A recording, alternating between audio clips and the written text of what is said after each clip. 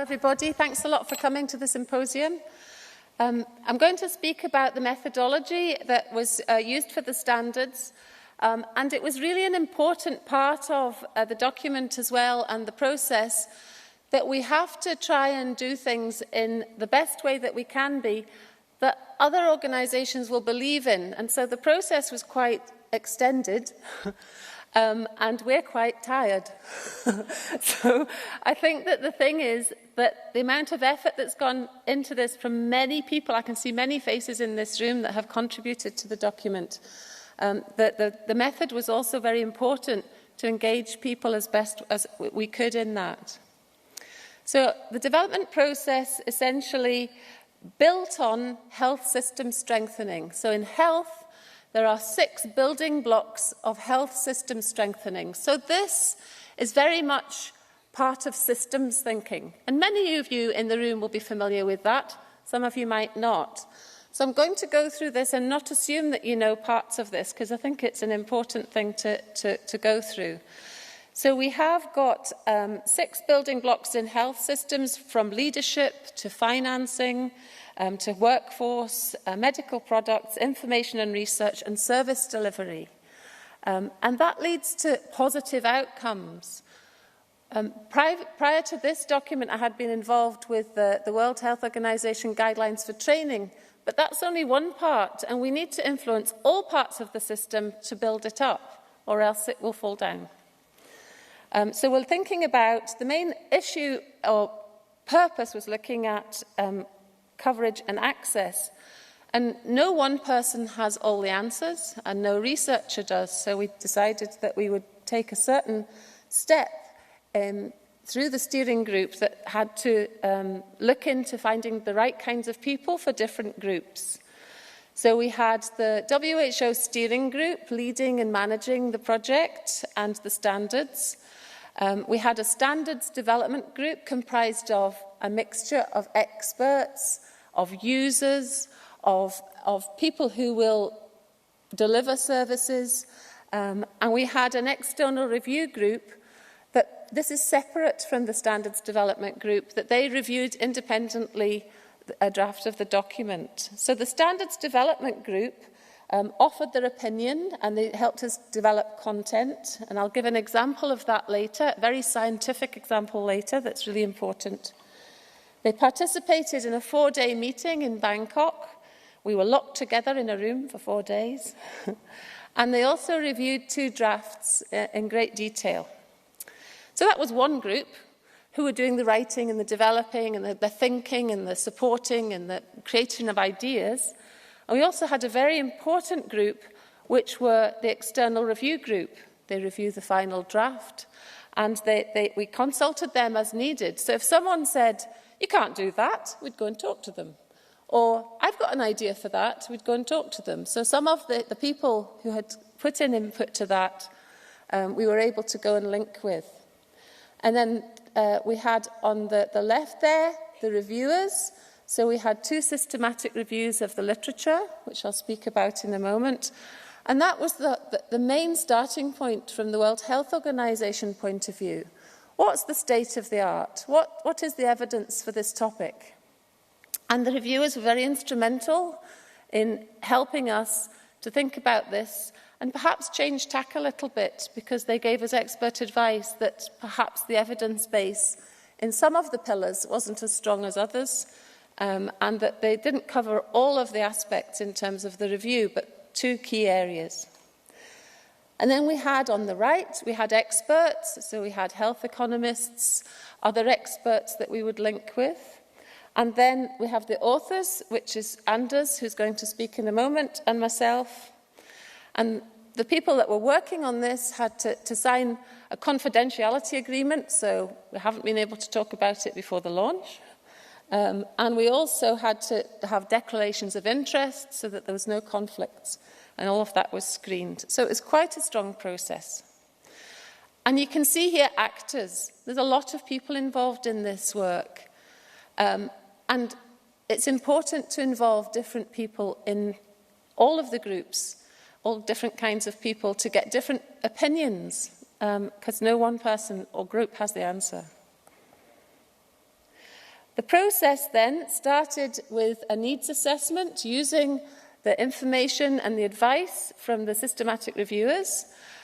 We then developed content with the Standards Development Group and Anders and I, and all of the other people I spoke about, those experts. Then that was reviewed by the external review group, and then we put the content together, final drafting and publishing. So I have here a 2-year timeline. Oh boy, there's a lot of space on this timeline in the next building, because it's been a long build-up to this. And the future is that there are many people in the room that will be implementers, and there'll be a lot of work still to do. So it's not a body of work that stops. It's a bit more dynamic than that. It can keep going and be improved, and it will be reviewed in the long run. So we started in May 2015 officially on this particular document. We were looking for several years at other information products. It was not possible for us to publish in our field with those information products, and we are very happy that we have the standards because they're more about implementation, and we were able to have a manual. We had the request for proposals, an open process for having systematic reviews, and got some fantastic applicants, and also the people that were chosen, the groups that were chosen for the reviews. We had the development meeting, which brought people together from the Standards Development Group in Bangkok.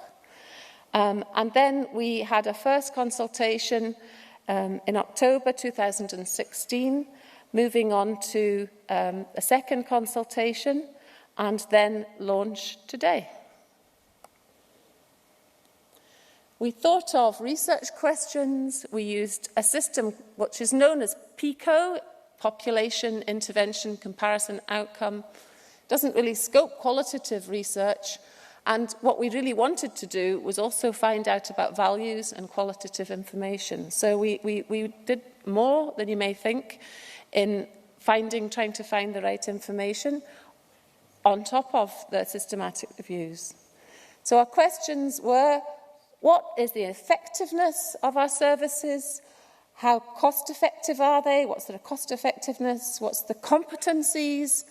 And I think it's fantastic that there's work being done in parallel with this, that ISPO have been involved in. And what kind of service provision systems are needed to improve access?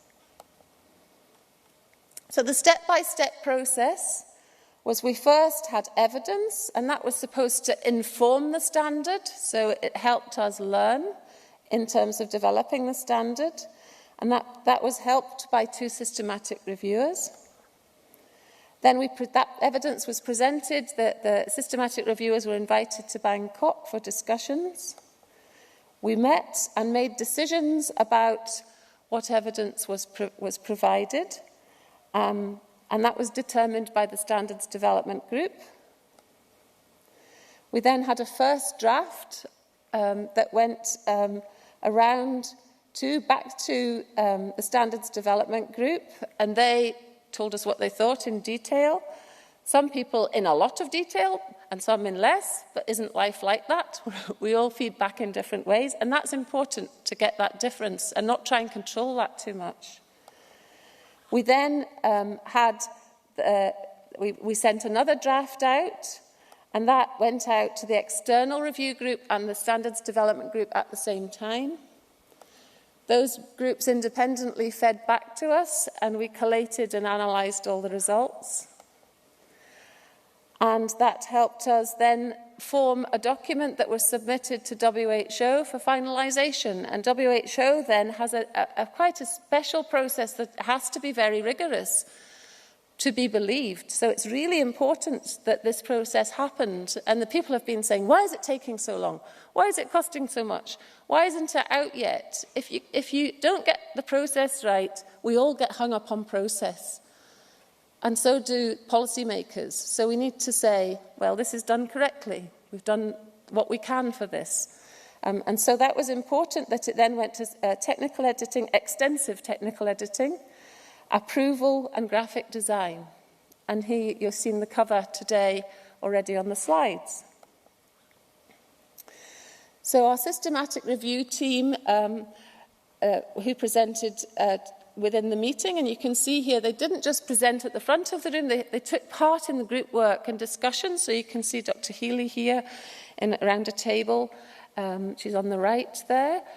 So we had Professor Nachi Chucklingham, Dr. Aoife Healy, and a large group of researchers led by Staffordshire University, looking at effectiveness and cost effectiveness.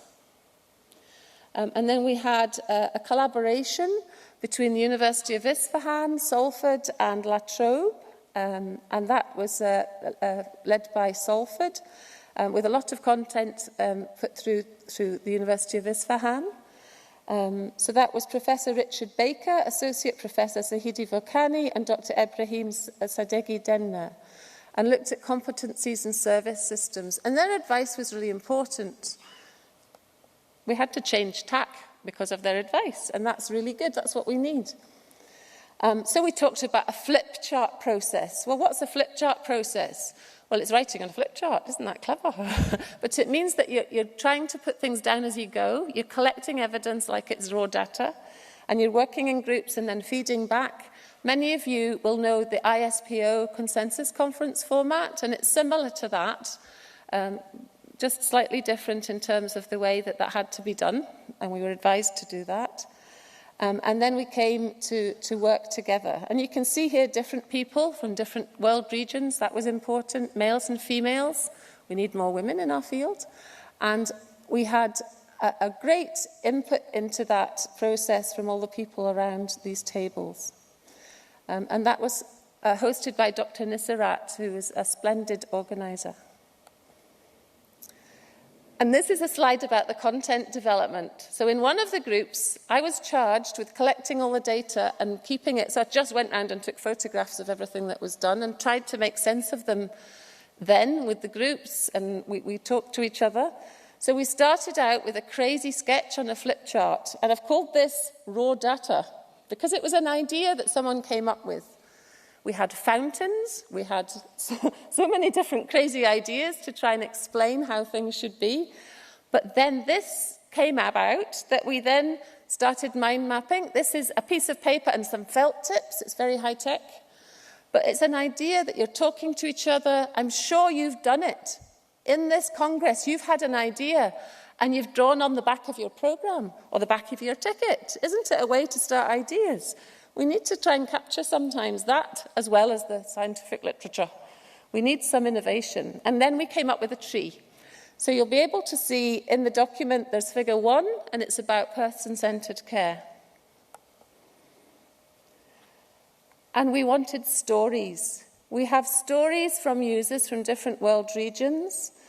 We have Paulina from Mexico on the left, all the way through to Kirsty from Norway, with different stories about prosthesis and orthosis. We heard Giles Dooley yesterday, who's a storyteller. What do you remember from yesterday? I remember the storyteller. So we need to be good at that as well. And so these people have very kindly shared some of their life in a public document. So from me, from everybody that's taken part, the people that shared part of their life, they're the most important people in terms of who this is going to capture and how that's going to capture people.